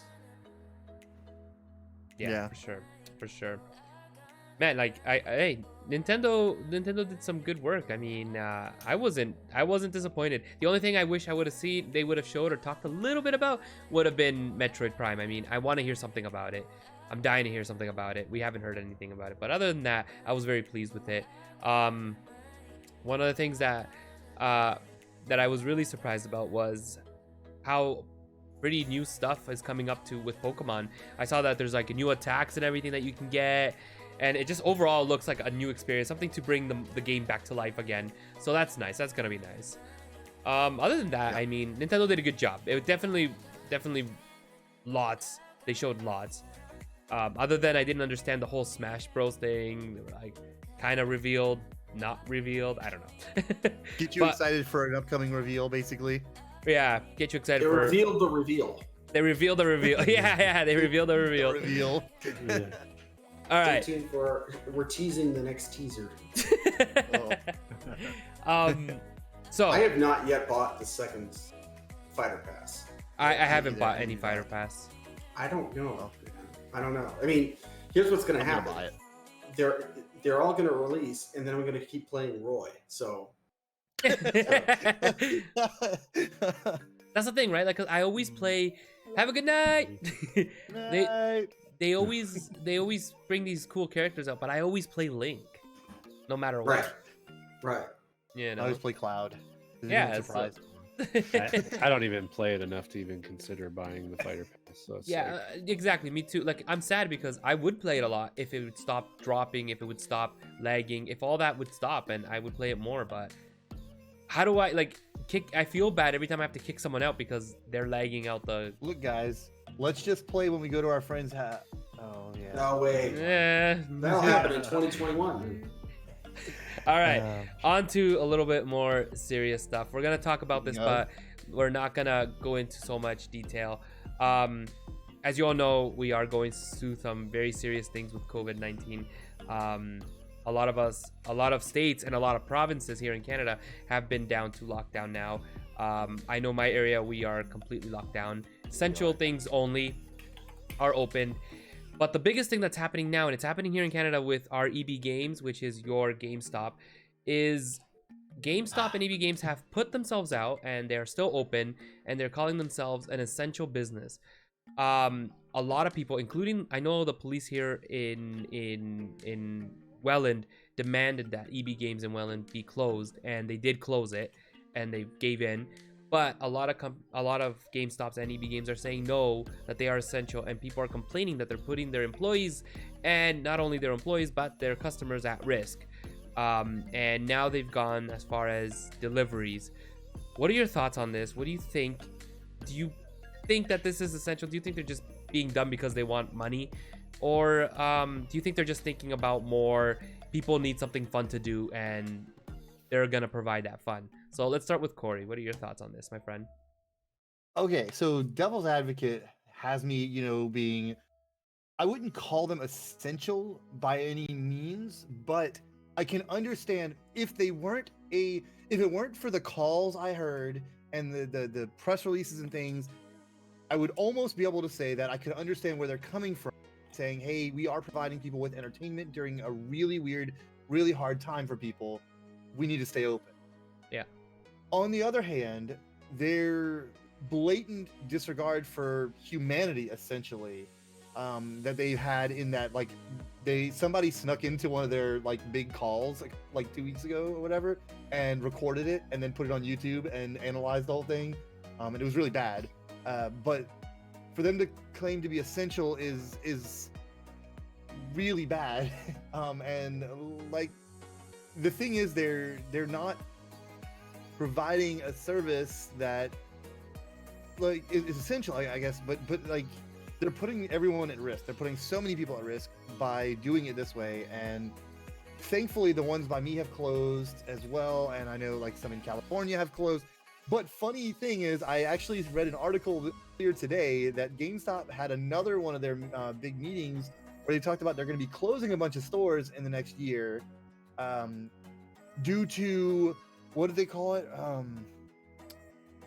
Decluttering of social. I don't know. The way they described it was in a way to say that it wasn't because of financial problems, but because of them being responsible and not keeping. So they're talking about permanently closing stores. By the way, this is not Okay. We're shutting down some stores for the COVID-19 stuff. They're talking about permanently closing stores as a way to help be responsible during the situation. And I'm like, no, that's money. That's about money. Your business is not doing as well as you'd like. Anyway, sorry, whole different avenue here. But anyways, I just thought that was interesting that now they're suddenly talking about closing a bunch of stores permanently after all this big crazy stuff has gone down. Yeah, for sure. The only thing that you can count on GameStop being is greedy. And so you can predict GameStop's actions because everything that they do is centered on greed. Once you understand that about them, and that's been how they've been for at least the last 20 years. I actually worked for GameStop way back in 2006 for about 3 or 4 months during college. Mostly I quit just because I knew that exactly. I was a game advisor for minimum wage, and I can't remember why I quit, but the only reason I would say that anybody should go buy something from GameStop was if you knew somebody who worked at GameStop, that person needed that job, and you're going specifically to help their numbers. Because the way that GameStop operates, they have a pretty taxing metric system for their employees for getting memberships and used games and sales and pre-orders and things like that. Yeah. And it is, whereas a lot of other companies are like, hey, we'll coach you up and things like that. There are divisions of GameStop where it is down to just punitive. And these are minimum wage people who are pretty easily replaced. And these are people with high school educations who are, really, once you're in it at the end of the year, maybe you can get up to a manager, but if you don't have any education to your name, that's it, you're done. Yep. It's when I worked there, honestly, I worked there just because I knew I could get hired quickly because they lost somebody and they really could work at it, but I was not a full-time employee. And everything you hear about GameStop employees opening new games, playing them, and shrink racking them is absolutely true. Yep. It's absolutely true. And so yeah, as far as whether GameStop is essential, I think we can all logically agree that a video game store is not essential. Yeah. I think it does not take any sort of ethical dilemma to determine, as much as we all like video games and it's making daily life better, bearable for all of us, that store is not an essential store. Mhm. Absolutely. And that's common sense. I mean, you go up to a 65-year-old boomer on the street and ask them if a video game store is essential, and then ask them if a grocery store which happens to sell video games, like Walmart, say, is essential, and they're going to give you two different answers, because that's just the common sense reaction to it. I think every GameStop in the country should shut down, and if it didn't open, it would be a benefit to society. For sure. But because GameStop has been, with the way that they do used games and things like that, they don't work in the best interest of game developers and things like that. Nope. Their business model is to, they would much rather sell a used game than a new game, because the profit margin on a used game is much higher. Yeah. And that's always been their business model. That's how they've survived. There's a lot of other different software companies or game store companies that have gone under because GameStop has been successful in what they're doing, and it's for two reasons. Number one, they screw over developers, and number two, they screw over their frontline employees, and they treat them like garbage. And when they're done with the garbage, they throw out the garbage. Mm-hmm. So, yeah, GameStop can bite it. What do you think, Mike? Personal experience. I live in Pennsylvania. Corey probably knows that. Nobody else does. And now we all know. Yeah. A lot of ours were still staying open and pulling the we're essential thing, and our governor actually pulled their license of sale. Good. Like Nice. Completely. Sucks So for the they people all had to employed shut there, down. but Yeah, it Nice. sucks for the employees. I know a couple personally that work at my local GameStop, but he just straight up was like, nope, you're not doing that. So Oh, that's good. For yeah, sure. Yeah. What are your thoughts, Chadley? I agree. It's not essential. I mean, I understand what they're saying and like, oh, we're helping people through this problem and all this kind of stuff, but yeah, they're not essential. There are mom and pop shops in our area that are struggling and doing the same having the same problems and having to deal with the fact that they cannot run their business normally the way they always run it. The thing is, they're finding ways to do it. They're doing it within the law, of not getting into trouble. Like, I see posts on Facebook from all of my local smaller gaming stores, like saying, look, we'll send you the stuff. Like, you don't even have to come to the store. We're not going to have you like call us while you're in the drive, like in the parking lot or whatever. Like, you call us, we will send it to you. Like, we are still in business. We are still trying to do our best to provide to our customers, but they're doing it in the ways that will help protect everyone. Yeah. And GameStop could be That's- doing this too. They've got them. oh, absolutely. yeah, I mean, they have. There's no reason to buy from GameStop if you've got Amazon right next to it. That's why GameStop isn't advertising. Because everybody knows if you're going to go online, you might as well just go to Amazon. But yeah, if you can support, and this is true for every business, if you can support local business, and you have the disposable income to support a business, and the option is going to Walmart and buying something versus going to a mom and pop store, you make your best effort to do that, because $60 in the person's pocket means that they can buy ramen from. For sure. That not only will it keep the business from shutting down, but it keeps food in their bellies. Mm-hmm. This is it's not the True that. world, it's not like the world is ending. Like, not like we're all gonna die, but it is the end of the world as we know it, to quote the Arnie. And I feel fine. Yeah, that's good. You might have a little sniffles here in a minute. I was singing that song earlier. Anyway, sorry. The end of the So yeah, I feel that they're being silly because they're just trying to be businessmen and they're not really thinking clearly. And again, it could be nothing more than it's just the trickle effect of we're hearing what they were talking about when this thing started. Mhm. And how like, oh, they didn't think it was a big deal, and now they may think that it's a big deal, but because they've got such a bad name for themselves now because of this, like no one wants to hear what they got to say now. Because obviously like our president was the same way. They Like, did just today recommend Yeah. that everything goes on for an additional 30 days. Yeah.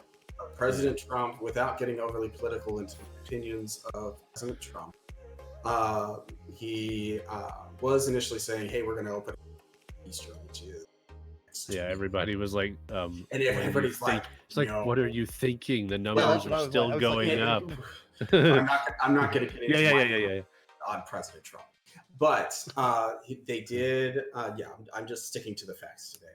Yeah. Yeah, for sure. But they did officially recommend that this stay in effect for another 30 days. So Do you guys mind if I put the map out there? Yeah, so I sent Yeah. Rigo a map of Yeah, that's the one I've been looking at too. This is the Johns Hopkins map that they've been keeping track of. This is all the confirmed COVID-19 cases in the entire world. And I don't know if it's popping up on the screen right. It should right be on the now. screen. Yeah. And the numbers tend to update around 5 o'clock in the afternoon in whichever given time zone that you're going at. So about once every hour, the numbers will pop up. In the center, what you see is a heat map with circles representing the size of the outbreak. As you can see, Europe has lots of big circles to it. China, the eastern coast of China, and then South Korea and Japan, where it all started. The United States has more cases now, almost twice that China ever has. And it's only going to get worse because there are some people that still aren't paying attention to the Ryan. Yeah, we can't do anything second best. Dang it, Ryan. Right. Dang it, Hero. Have you not been keeping up with the Doom streams? Yeah. Mars does not seem like a good time. Yeah. Now, to its credit, the United States, fortunately, does not have the level of death that Italy and Spain has yet. Now, as you might be aware, I've been keeping pretty good tabs on this. I practice in Texas. My hometown's Austin. I practice in Central Texas. It has not hit the peak yet here. I haven't hit the peak yet anywhere in the United States. They estimate, there was a website that I saw, they estimate that the peak, if everything stays as socially distant as right now, that the peak would happen sometime April 14th, which would be a couple of days after Easter. Mhm. And then it will probably plateau off. But here's what I think is going to happen. I think places are going to peak. It's going to plateau off. People are going to get sick of quarantining, and various governments are going to relax their rules. And then we're going to, at the same time, we're also going to have more availability of testing, and that's going to shoot off another wave of positive cases. I think we're probably going to see a second quarantine after that. So just because you guys get out of jail free in the middle or end of April, don't be surprised if you have to go back into your house. Yeah. This is a earth-shattering, life-altering event. Yep. To a degree that none of us have ever seen, and God willing, see again. This is changing everyone's lives. I think a lot of people are actually going to be moving away from big cities as a response for this, because the places where this is hitting the hardest are the biggest cities. New York City, you can't social distance in New York City. It's impossible. Everybody's living on top of each other. Yeah. London, you can't social distance. You know, you can social distance in, you know, Russia, where there's, you know, whether or not you trust Russia's reporting is one thing or another. But you know, there's a lot of wide open space, you know, in Russia. There's a lot of wide open space in, you know, the middle of the United States. Where if you look on this heat map, you know, you get to, you know, central West Texas, and north of that, you know, western Oklahoma, western Kansas, and nobody's got coronavirus because there's not very many people there. Yo, we're getting rated. STK raid. We're being rated by Cat. Hey, welcome. Oh, I gotta wait for Cat to show up. Yeah. I gotta wait for her to show up. What's up, Raiders? Welcome. Welcome to my stream, my friends. We are Welcome to the Me Raid. welcome. Welcome, guys. If you don't know who Snapchat Cat is, she's a great friend of mine. Definitely want to go check her out. She took time to rate us. We can take the time to check her channel out. You were playing Animal Crossing. I don't know. Don't ask why. Yeah. I don't know. Never heard of that. Never heard of it. What's that? We haven't been talking about that, you know, ad nauseum for a while. Actually, I don't think anyone's nauseated about it yet. They can probably talk about it all day. Welcome to TacoCast, guys. We are actually we were talking about a bunch of stuff. Now we're wrapping up, but we're actually talking about COVID-19. Yeah. So if you want, like the impact nationwide or worldwide of COVID-19, and real briefly, what I'm talking about right now, and if you blow up the window just a touch, Riga, you can see the map in a little bit more detail. Because I'm just looking at the stream feed right now, and it looks like the Midwest is overrun, but it's actually not so much. But anyway, everybody keep doing what you're doing. If what you're doing is staying home and playing video games, because it is actually helping out in a lot of places, like, you know, my hometown in Texas. Yeah, let it just do its thing and think about that. Like my hometown in Texas, and a lot of other places, this is having a major impact. There is a lot of concern for populations that have no control over their surroundings. Prisoners are going to get hit hard with this, and that's a real rough thing, and that's fraught with ethical dilemmas. I don't know if anybody has any family or friends that are in nursing homes. They've got those places locked down tight. yeah. Tight.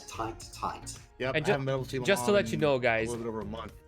just to let you know, for those who are new and don't know, maybe they don't know Baha. Baha is a doctor. Listen to him, because he has the facts. You know. Yeah, I'm not going to be offering any personal advice here. We're just talking about the facts of No the house facts. calls, right? You know how it No, smells. no. Although one thing that this has done for a lot of people is open people's eyes to telemedicine, and basically, you know, just, you know, speaking face to face over a video connection screen, very similar to one right now. And, you know, just talking about, like, hey, how are you feeling? Is this working out for you?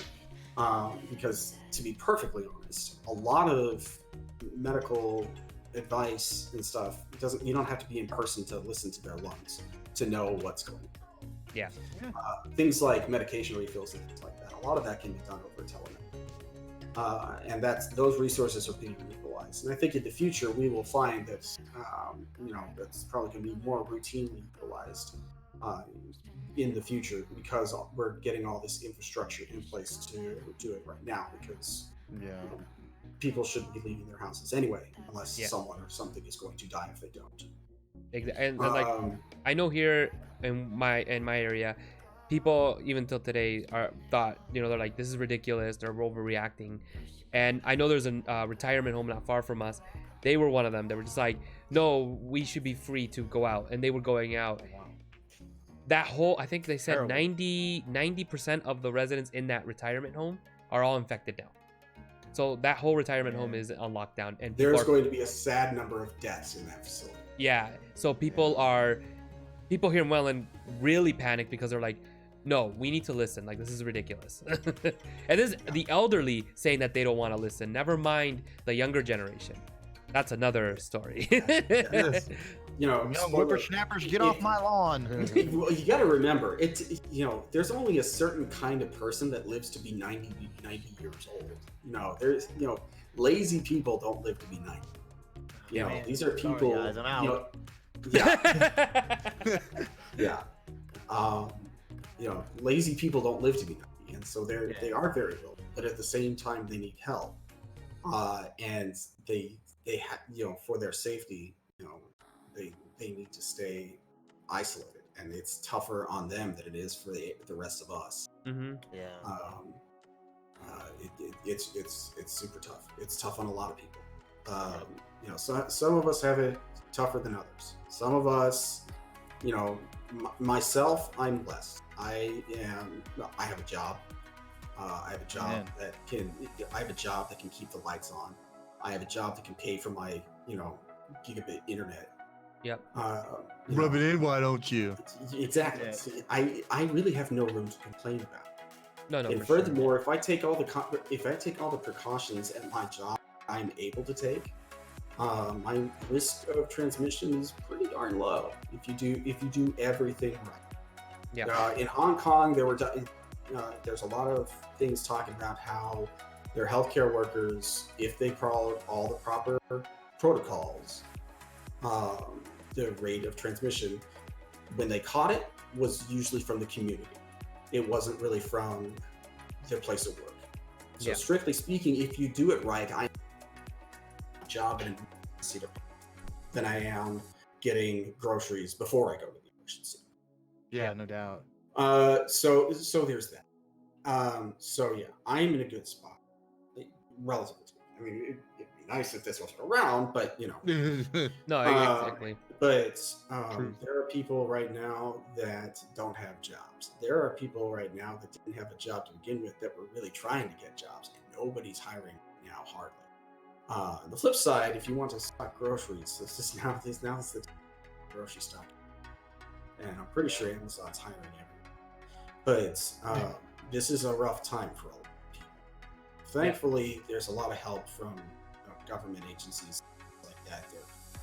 You're still going to be accruing your debt, but they're not going to call you out for Yeah. your house or your apartment.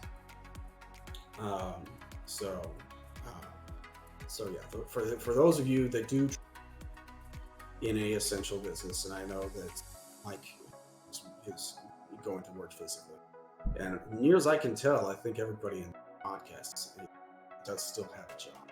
Yeah. But I know there's been a lot of people that have been furloughed, a lot of people whose businesses is closed, and question mark whether or not they've been able to be open. Aside from the usual platitudes for staying strong, I think I speak for all of us, where you can probably reach out to any of us with any of your concerns. If there's anything we can do, let us know. If there's any questions that people want to ask me, again, I don't do personal medical advice without a physical examination, and I don't want to go near any of you. Dang it. Damn, I was taking the flight next. But if there's anything that I can do to talk with people and work through their concerns and explain things that can be confusing about this specific time, you can send me a DM on Discord or what have you. But yeah, this is it's a rough time. This is weird. I admit, as a doctor, a month and a half ago, I underestimated. Yeah. I remember when I was hearing about this in China, I figured they would contain it because they've contained things in the past. They contain food darn well. They clamped down on SARS pretty. Yeah. But I was looking at the death numbers at 3 to 4%, and it's like, well, they can't test, and so they're only testing the sick one. But those numbers are unfortunately. Yeah. The problem with this virus is that every single person at some point is going to be infected with this probably within the next 18 months. And Mhm. so this will be a test on every human being's immune systems. Fortunately, only about 50 actually went. I don't know about anybody else, but I lost you there for after fortunately. Yeah. Okay. Okay. Can you guys hear me? Yeah. Okay. So fortunately, only about 50 who catch this, who will be getting exposed to this virus. He did it again. He said 50%, right? That's what you said? Is that what Yeah. you were getting for? Yeah, Okay. 50% of people who get exposed to this virus actually, develop symptoms. Yeah. And then if you're really only likely to get severe illness of advanced age and have medical comorbidity. But that's still it is going to frankly kill a lot of people that were going to die this year. Yeah. And it is sad, as Stephie said earlier. And I don't know if I'm still cutting out. No, you cut out midway, but we can hear most of it. Okay.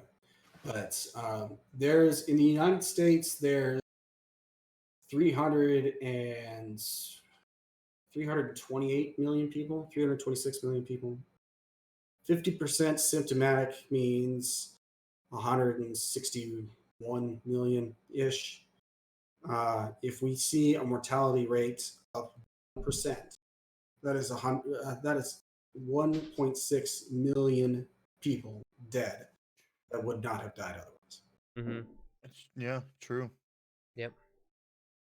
The one thing that I've been telling people, stay home, stay safe, is take this time right now. Call your parents, call your grandparents, tell them you love them. Take this time now while you still have the chance. Yeah. I hate to be a downer, but it's important. Yeah. For sure. Yeah, no, for sure.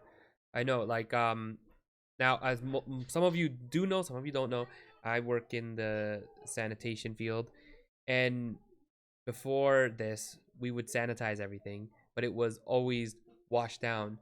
Now the government is asking us to not water it down, and if we can do 100% of that chemical, do 100%. So that stuff, it smells like vinegar. That's what it smells like, but it's very strong and it hurts your eyes. So when we kick everybody out and we spray it and we let it sit to dry. We don't wipe it down. We sit to dry.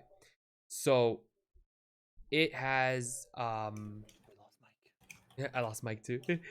Yeah, his computer's acting up, he said. Oh, okay. It's gotten very busy for us, and me having to travel outside, go out there, clean everything.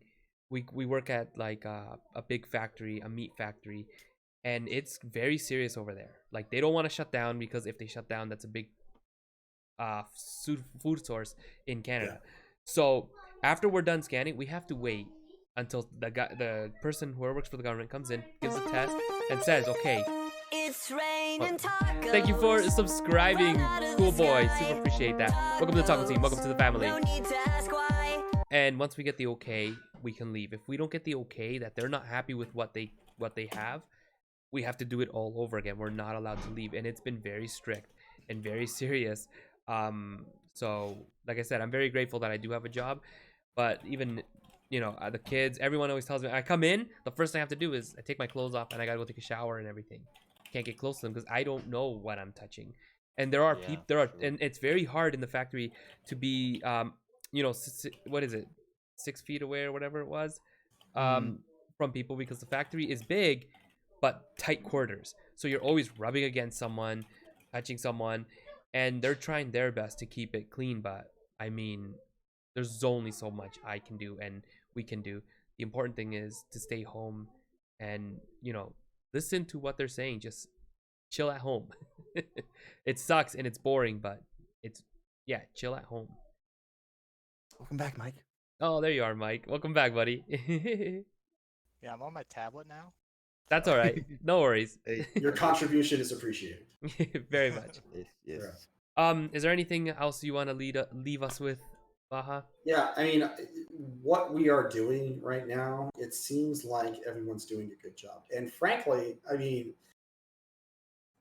the audience of this podcast, when you tell the people that watch this podcast that the right thing to do is stay at home and stay away from other people, you're like, I volunteer as tribute.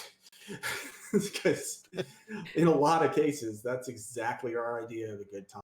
Staying at home and not being around big crowds, things like that. And so keep it up while you can. Although I think people are starting to realize, even the introverts, how how people really thrive off of at least some human interaction, and not just like electronic human interaction, but like actual face-to-face communication. Dare I say physical contact? Yeah. But me, I'm lucky. I got Ballin, and she's about had it with me anyway. She's about ready to socially distance herself from me for. Yeah, but that was before all this started. That's also true. But no, it's true for sure. Sorry, Ballin. But there are people, Corey and others who are really, really alone right now. So yeah, anything that you can do, things like Animal Crossing or things like there's different apps, video like chat and Zoom. stuff. Yeah, we just started using House Party, which is an interesting app. Although be careful, make sure you're wearing clothes when you start House Party, because anybody can jump in on you at any time. We're not saying that happened or anything. It hasn't happened to me, but it has happened on someone that I jumped in on. It was kind of, but it was not a female. It was not a female. That's funny. Ballin says he's driving me insane. That's why us as the content creators, streamers, we are trying. Now it's wrong because I've seen this a lot. A lot of content creators / streamers who have come onto Twitter saying, "Hey, I'm not working anymore. I'm in self-isolation. You guys have to donate to me."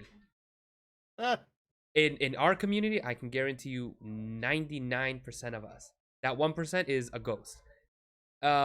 We're not asking you guys for donations. We want you guys not to be bored. So if you're bored and you have nothing to do, you can come out to our streams and just chill. And that's why a lot of us have started playing a lot of multiplayer games. For that reason, we know how boring it is. We know how much this sucks. My kids, they've had it already with being at home and not being able to go to school. Everyone's has had it. I've had it. But we are trying our best as a community to make sure you guys have something to do and are able to, even if it's communicating.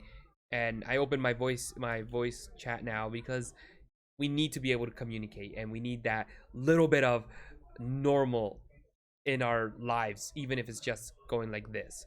So yes. But yeah, anything you guys want to add? Well, yeah, my thing is, I just want to say, like, honestly though, guys, if y'all, I know we just talked about video chat and stuff, but like, if y'all have means to video chat with your friends, with your family or whatever, like, that's definitely helped me a lot. Being able to do some video chats with like Ballin and Baja and Hero and just like randomly, and that doesn't even have to be video chat. I'm a person who really likes people, even though I really hate people at the same time, but I like that interaction still. So like getting a chance to video chat, like, and like we're doing with this right now, is really good. So like if you have a chance to video chat with your with your friends and family, and I'll take that chance. Get a little group together in like House Party or something, and y'all just kind of, even if you just put the phone down and just kind of chat for a bit, like, just, it will help you. I promise. It's definitely helping me like stay sane, because I'm already losing it. Yeah, Knife was there too. Yeah. Yep. Yeah, exactly, Ballin. Yo, Chadley, anything you want to add? No, I think everybody else covered it pretty much. They're just trying to keep sane, so For sure. with everything. So I don't know if Mike can hear us. Maybe I can hear you. Yeah, I can hear Yeah, you. I guess you can hear us. Do you have anything you want to add? If it's okay, I kind of have a question for Baja. Sure. I have type 2 diabetes. I wondered if you could shed some light on how It's the COVID-19 raining would affect- tacos from out of the sky. So the tacos. biggest thing No that need to ask why. viruses and really any infection play against with patients with type 2 diabetes, and I imagine there's possibly just playing with the odds, there's probably other people that have either type 1 or type 2 diabetes in the audience, and so this is a salient question. And so, hey, AJ Bake Plays, thanks for coming. AJ Bake Plays is on Twitch. She is on Twitch, yes. She visited us during PAX, so welcome, Paul, as well. Now, so type 2 diabetes, the issue with type 2 diabetics and type 1 diabetics as well is the elevated blood sugar levels that diabetics experience through kind of complicated way, and I won't get into the pathophysiology of it, but the bottom line is it makes you more susceptible to infections of all types, both bacterial infections and viral infections. And as a result, people with type 2 diabetes have a tougher time fighting off bad infections of all causes compared to people who don't have type 2 diabetes and everything else being the same. Their duration of symptoms tends to last longer. Their incidence of them being hospitalized is more. And the problems what can happen is like, if you come down with something like, COVID-19 or something like that, the issue may not be symptoms of the virus at all.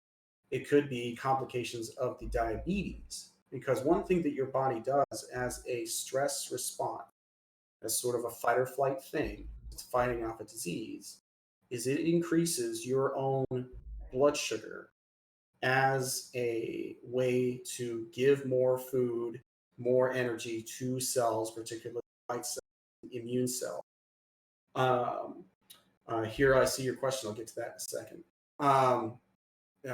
It increases the sugar that's available, but if your body isn't able to take blood sugar, which is what diabetes in all its various forms is to one extent or another, then you have all the other complications of diabetes, things like kidney failure and nerve problems and heart failure, lung failure, things like that, if it goes out of control for a time. Now, usually, something like a virus, if you're still otherwise healthy and you're taking medications and you keep your A1C, which is a measure of how well your blood sugar is under control for a reasonable amount of time, then your expectation can basically the same as other. The short answer is most likely you're going to catch this. Hero is asking if what the virus does to those who have sickle cell disease.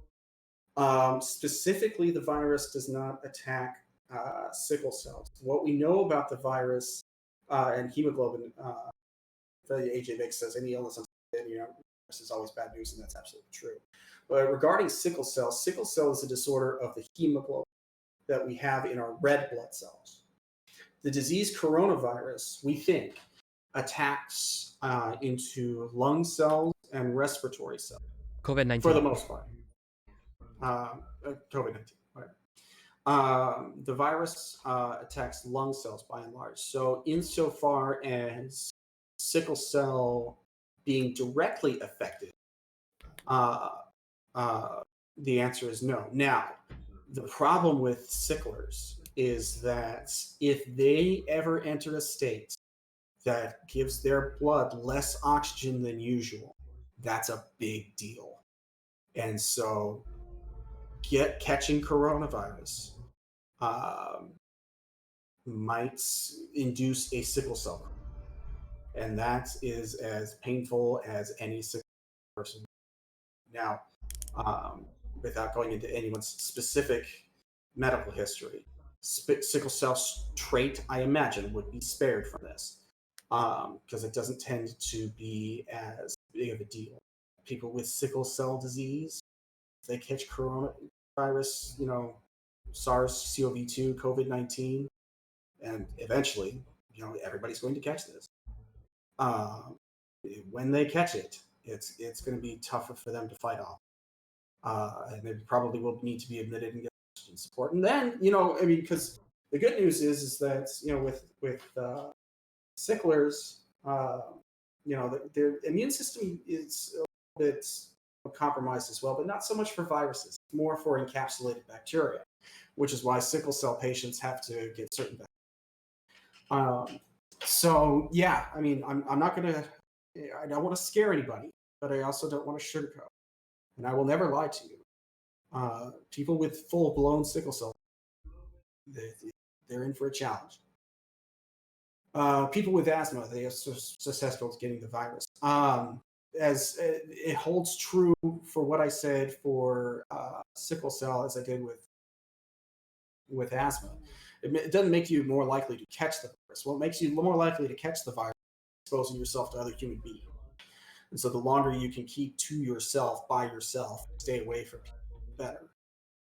As far as fighting it off, it is more likely to be symptomatic to it. Using things like your usual rescue inhalers and things like that can help. But just like with a plain old asthma attack, you feel like you're short of breath and you're asthmatic and something's terrible, go to the emergency room. That said, there are people who have had asthma attacks over the course of the past month who have been largely asymptomatic, and then they come back 3 or 4 days later with a fever now and with a worse cough, and they get swabbed and they're positive for COVID-19. So yeah, I mean, it's definitely a concerning thing, you know, and there are people out there, people that we know and love, that have these afflictions, and in the vast majority, it's nothing of their own doing. You know, even type 2 diabetes, to a large extent, has a genetic component to it. And so just be careful, and you know, call these people, tell them you love them. Question for you, Baha. People with rheumatoid arthritis, severe rheumatoid arthritis, how would it affect them? The issue with rheumatoid arthritis, people with rheumatoid arthritis are on immune modulating medication. Rheumatoid arthritis at its heart is a autoimmune disease. That means is that your body's own cells are attacking certain. In the case of rheumatoid arthritis, it's attacking certain cells in your joint. It's a very painful and very disabling condition, and it's actually pretty well treated with diseases that suppress the immune system. But therein lies the problem. You hear on all these commercials, you know, it's like, don't take this, test positive for TB, or likely to get infections and like that. People who are on these disease medications and on any sort of steroids are at higher risk of having bad outcomes when they catch coronavirus. And so now you have to kind of weigh the risks and benefits of rheumatoid arthritis treatment. And it's, you know, it's a tough choice for every person who suffers from rheumatoid arthritis to make. Mm-hmm. Do I take this medicine that allows me to live life, or do I stop taking this medicine for a few months and maybe not, you know, have something terrible happen when I catch coronavirus? Yeah, for sure. Well, thank you, Baha, for all that. So yeah, sorry about the heavy stuff, but I am No. glad I was able to- We No, need to it's talk important about to it. be educated. Yeah, it's very important. I know a lot of people in my community were really confused with it. They don't understand it. And It's a confusing thing, and you Yeah. hear a lot of different things from a lot of different exactly. people saying, no, this person isn't, you know, qualified to say that. We shouldn't be listening to this person. You know, and some people are louder on Twitter than others. You know, vaccines cause autism and yada yada. But yeah. Yeah, for sure. Yeah. So yeah, thank you very much. And everyone, again, we are available. So if you have any questions, please send us any messages. With, like Baha said, without getting really in crazy. Look, I have a cough. I'll type in my Twitter. Baha ruins everything doesn't fit Twitter handle, so I am at. But again, thank you, Baha, for taking the time to explain everything, and I really appreciate it. And as everybody appreciates it as well. Corey, thank you for joining us. Mike, thank you for joining us. Chadley, thank you for joining us as well. And all of you wonderful viewers, thank you for joining us tonight. We talked about thank games. you for your expertise. Yeah, we talked about games. We talked about COVID. I hope all the information you got today helps you guys understand this a little bit more and take it a little bit more serious than just with a grain of salt, like some people have been saying. I think a lot of people who are watching this are taking it serious. Yeah, I think it's getting, you know, it's getting around to people. Yeah, you know, I mean, yeah, you know, basically it's gotten to the point to be, unless you're living under a rock, you've heard about it. And in which case, crawl back under the rock. It's the safest spot for you to be. It's probably safer, yeah. Yeah, go back under the rock. You're probably going to be okay. If you haven't heard of this by now, then just keep doing whatever it is you're doing. Because You're probably better off than the rest of probably us. better off. Probably, yes. Kat, thank you for the raid. I super appreciate it again, hun. Super awesome. All right, my Yes, friends. thank you. Thank you all. I hope you enjoyed this podcast, and we will see you guys for next month's podcast on YouTube. Yes. I stream daily on Twitch, so you can catch all my streams on Twitch. Thank you guys again. Take care, guys. Oh wait, you know what? Let's raid. What am I saying? Bye there for? you We have to go. raid. I was wondering. I was wondering. I wasn't going to. I was gonna say, what the heck am I doing? Who is on YouTube that we can raid? I don't know. You gotta find who YouTube's actually showing you. Yeah. Right? Oh my gosh, what a pain. Hey, that Look at Spanish this. guy.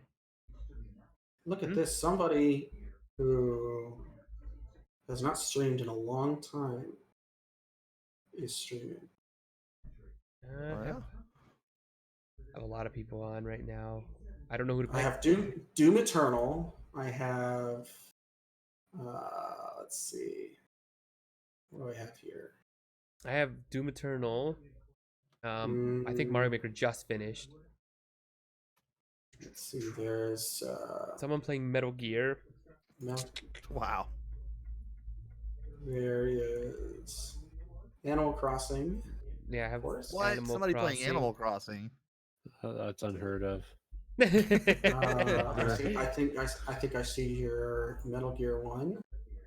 And then I just wish my sub feed would show me the Mario people Maker that are 2 on. Mario Maker 2 viewer level. Nah, I have. I don't know if he's on though. Oh, he just ended. Never mind. Dang. Who? Okay. I had Judge Free Gaming, but he just ended. Yeah, that's what I was looking at too. What about him? He's playing. Another Animal Crossing. I don't know what he's playing. I'm checking right now. It looks like his feed's not working. Oh, there we go. I have someone playing Dungeons and Dragons, but he's having technical issues. Looks like. Okay. Dang. Come on, YouTube. Stop giving people technical difficulties. This is YouTube after all. I mean, there's Albert. He's playing Doom Eternal. He has 3 people watching. Dude, let's go over there. Let's. Yeah, that's what I was saying. Alberto Ramirez. All right, let's go. Yeah. Let's go do him. Okay. Okay. All right, we're gonna use hashtag TacoCast raid, and Good deal. let's go give him a big raid, guys. Let's go give him some love. Go have some fun. All right. So okay. He does All right, swear, TacoCast FYI. raid. Yeah, he's hilarious. I love him. Yeah, he's funny. When I first met him, I sent him my Mario Maker level, and he aped out of it. And he did clear it. But, oh man, it was hilarious. Yeah. All right. So it was a genuine pleasure being here. Thank you once again, Rigo. Thanks so much. Here, and I'm also always happy to answer questions from everyone and things like that. Of He course. looks like he's super focused, trying to. And You'll Mike, you'll see thanks it. so much for jumping in short notice, man. Yeah, Mike, Thank super you guys for appreciate that, having man. There he is. There you noticed. All right, guys. Thank you again, all of you, for joining. And guys, we will see you guys tomorrow for another stream on Twitch channel. I don't even know if I have my Twitch there, but it's Taco Master Spanish Dude. I don't know if I have a command for it here. But yeah, thank you all for joining. Super appreciate it. Take care, guys. Have a good one. And don't forget the most important thing in the whole wide world. Come to my live stream. I'm super famous. Take care, guys. Have a good one. Famous. Bye. Bye, internet. Bye.